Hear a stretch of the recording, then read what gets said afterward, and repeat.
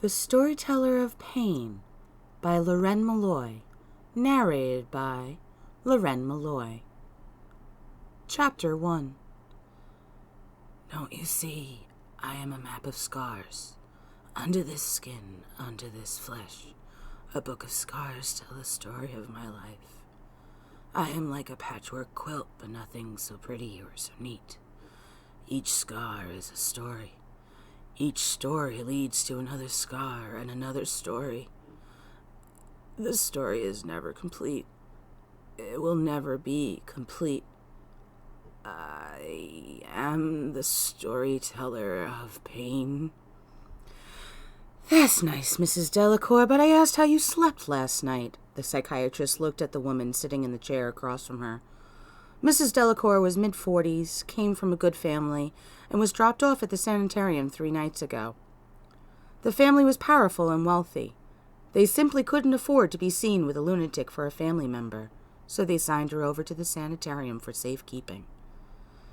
Mrs. Delacour had repeated the same thing to any question she was asked. Don't you see, I am a map of scars? Dr. Sinclair has been head psychiatrist there for the last 7 years. In all those years, she had never been so puzzled as she had been with Mrs. Delacour. The history showed neither signs for hysteria nor any psychosis. No signs of trauma or abuse seemed present. She has had patients who rambled things plenty of times before. She's even had patients who just seemed to crack one day and never return. This was different. Lillian had never felt this before. She knew she shouldn't have things based on feelings or emotions, but she never felt like this before with a patient.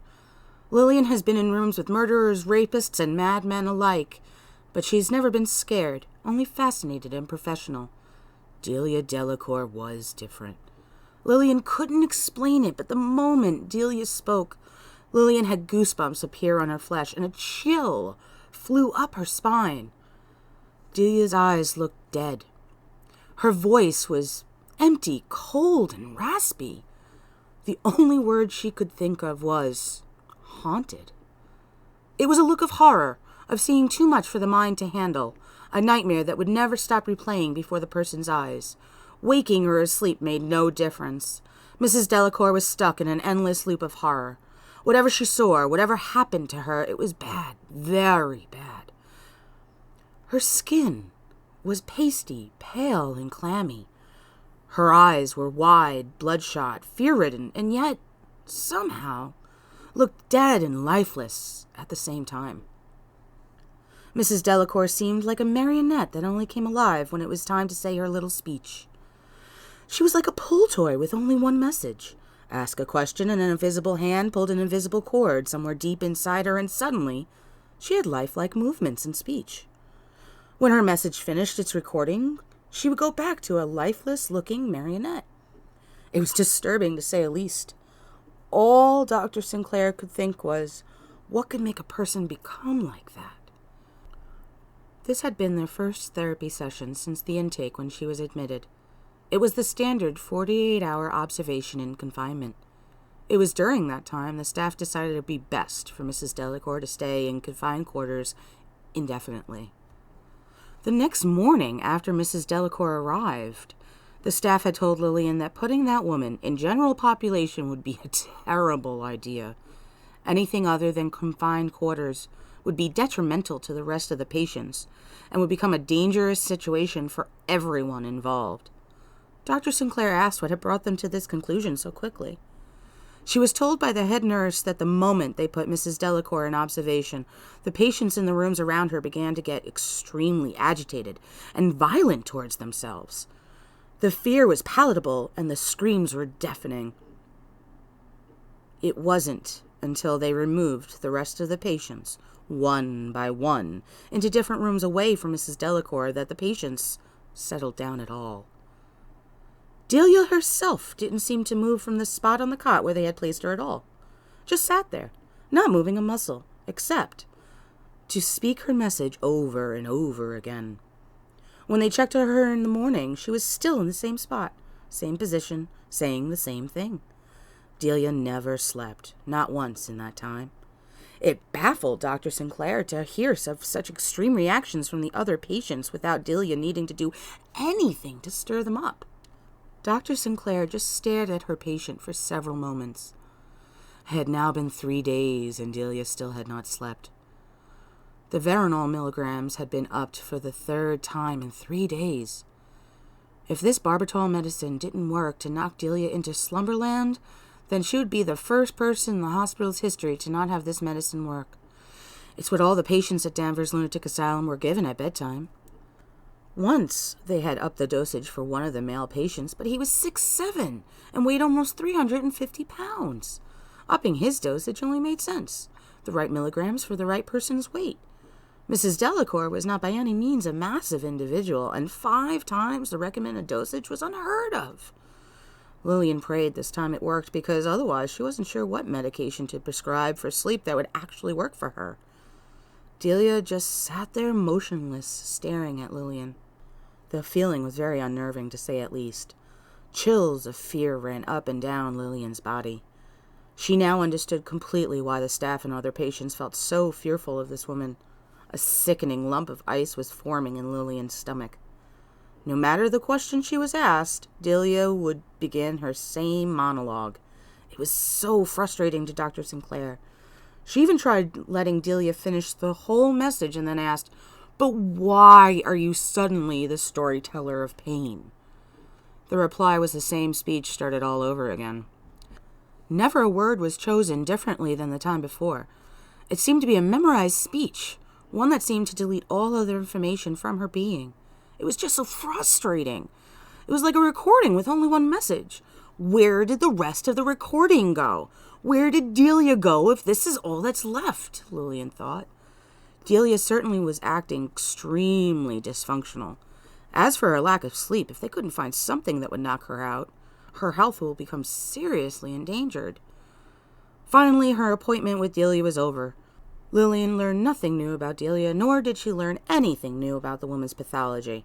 How does a high-class woman like Mrs. Delacour go from a radiant light and sheer delight in social circles to this pull toy? At first, Lillian thought it could have been caused by a delayed nervous breakdown after hearing the news that Delia's husband died overseas. Alas, that couldn't have been the case. It turned out it happened over 1.5 years ago. The family said she grieved for many months before showing her face again in society. She seemed to be in relatively good spirits after the grieving process was over. It also wouldn't explain her bizarre behavior. A loss of a loved one had never caused this kind of reaction from someone. Lillian felt completely stumped by this case. Her meeting with Delia didn't illuminate the situation at all. The feelings she got from Delia weren't normal either. Lillian, in fact, didn't feel like herself after that meeting. Pure fear flooded her system throughout the entire meeting. It took all Lillian's strength not to show her fear to her patient. She was truly grateful when the session was finally over and a nurse came and took Mrs. Delacour back to her room. Now that Lillian was alone, she felt sick to her stomach and had a massive migraine. She felt extremely out of sorts. Maybe it was because this case just didn't make any logical sense. Lillian sat in her office, completely puzzled, staring out the window that overlooked the grounds. Barclay, the night guardsman, startled her almost out of her skin when he turned the light on in her office. She had sat there pondering what to do with this bizarre case for so long and so deeply. She had noticed that nighttime had crept upon her. She was sitting in complete darkness. "Holy shit, Doc! You scared the crap out of me! What are you doing sitting in pitch darkness? I would have knocked if I'd seen a light on." Lillian had always seen him in fleeting moments leaving the building. Nothing more than a hello or goodbye was ever exchanged before this moment. Lillian found her realizing she had never really noticed him before. She took advantage of this moment to really look at him. Barclay had to be in his late 30s. He was in amazing shape and had the kind of build and tan a man only gets from daily hard outdoor work. Lillian guessed he was around 6'4" and realized she had just been gawking at him with her mouth open. Barclay started blushing a bit and chuckled. More gently, he said, "You okay, Doc? You don't seem like your usual self, if you don't mind me saying so, ma'am."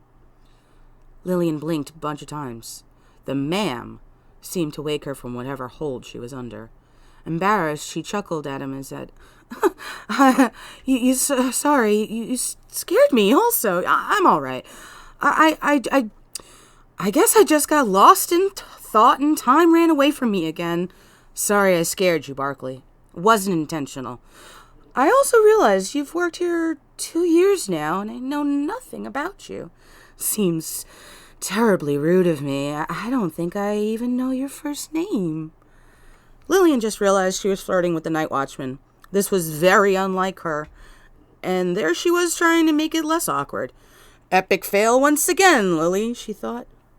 Barkley took a step into the room and smiled. It's John Barkley. I can't blame you for that, ma'am. I only work the night shift. You're usually gone already when I get here, or just leaving. Lily liked the sound of his voice. It was nice. It somehow matched his sun-kissed chestnut wave of hair and sea-green eyes. When he smiled, one side of his mouth hitched up higher, showing a dimple in his left cheek. That caused his whole face to make her heart melt.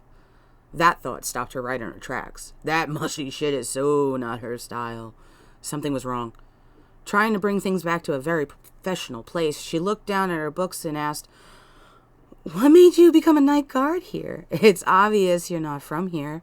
From your muscular physique and that delicious tan, I can tell you spend a large amount of time doing some form of manual labor outdoors. She stopped again. The pen in her hand dropped. She was making little heart doodles. Damn it.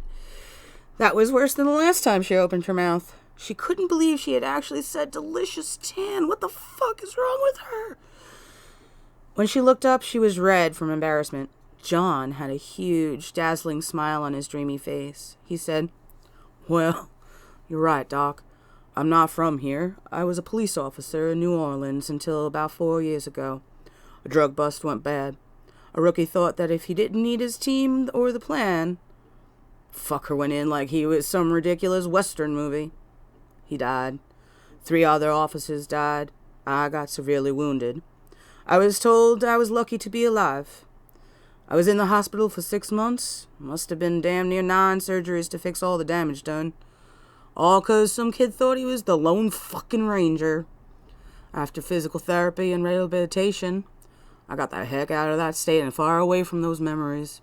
Honestly, I knew I couldn't escape the memories, but I also knew I needed to get away from all the reminders. I couldn't drive in that town nor walk in any of those streets afterwards, so I came here. With my background, I got hired as a guard, and yes, pretty lady, I work on a construction crew several times a week building houses. I hardly slept when I was on the force. Not gonna suddenly start now, John said. She just sat there silently, blinking at him. John took another step into the room. You sure you're okay? Want me to walk you to your car, Doc? Lillian knew that would be a very bad idea. She didn't trust herself to talk at first and just shook her head. John took another step towards her out of concern. She had to get out of there before this became something out of a ridiculous, trashy romance novel. No. I'm fine. Thank you for your concern, Mr. Barkley, and thank you for your sharing your story with me. I must go now. I'll lock up when I'm done. Have a good evening. From the tone, it was an obvious dismissal. It was John's turn to freeze and just blink at her. The massive switch she had just made towards him confused John completely. He went from Barkley to John to Mr. Barkley within the same conversation. She didn't even go back to the usual Barkley. No, now he was Mr. Barkley. That's always the problem. Nothing can ever go back the way things were before.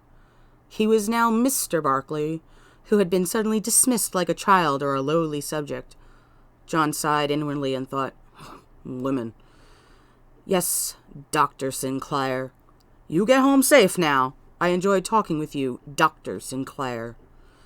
He turned his back on her and headed towards the door, leaving his sarcasm heavy in the air. He turned back to her once more from the doorway. She looked hurt, confused, and completely mortified. He suddenly felt so guilty and sighed outwardly. He leaned against the doorway and looked at her. Her chin was even trembling. John suddenly realized she was a whole heck of a lot younger than he originally thought. He never got a good look at her before this. She was always walking away from him with her head stuck in a case file. She seemed older somehow then.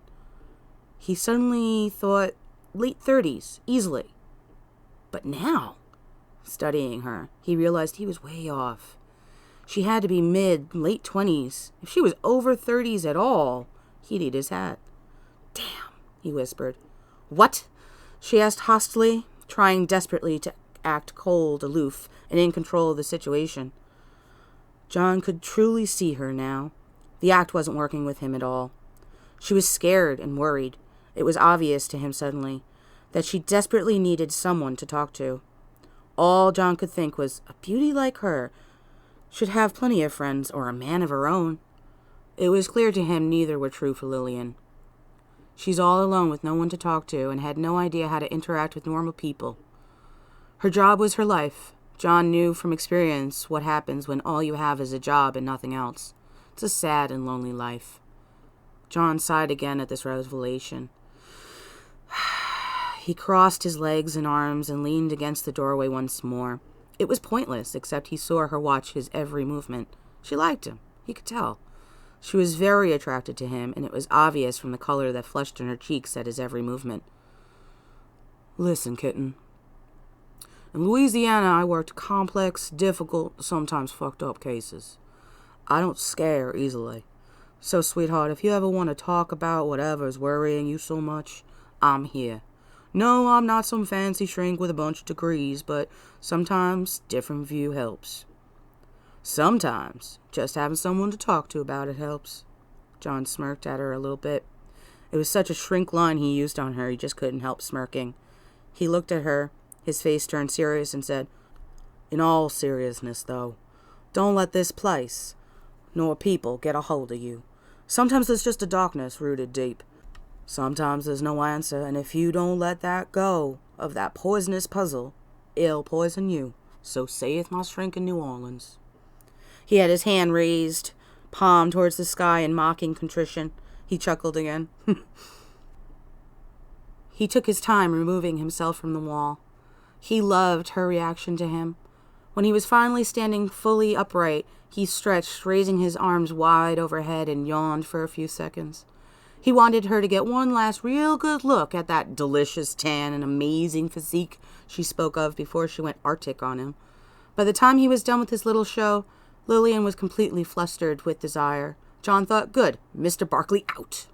Smiling at his private little joke, he strolled out of the room without another look back. Lillian just sat frozen in her office chair for several long minutes, trying to gather her wits and figure out what the hell just happened to her. She's always so professional. She lived by the rule, you don't shit what you eat. Now she made a fool out of herself to a very hot man who will be here every night. Ugh, those never end well. Nope. It'll become one fucked up, awkward nightmare, spending the rest of my pathetic life trying to leave the hospital before he gets in for his shift. That never works forever. Ugh. Lillian felt nauseous at the thought of dealing with that nonsense forever. Yuck. She stood, gathered the papers and files she wanted to study whenever she finally got home from this hellish, dragged-out day. This has been Chapter 1 of The Storyteller of Pain by Loren Malloy. Narrated by Loren Malloy.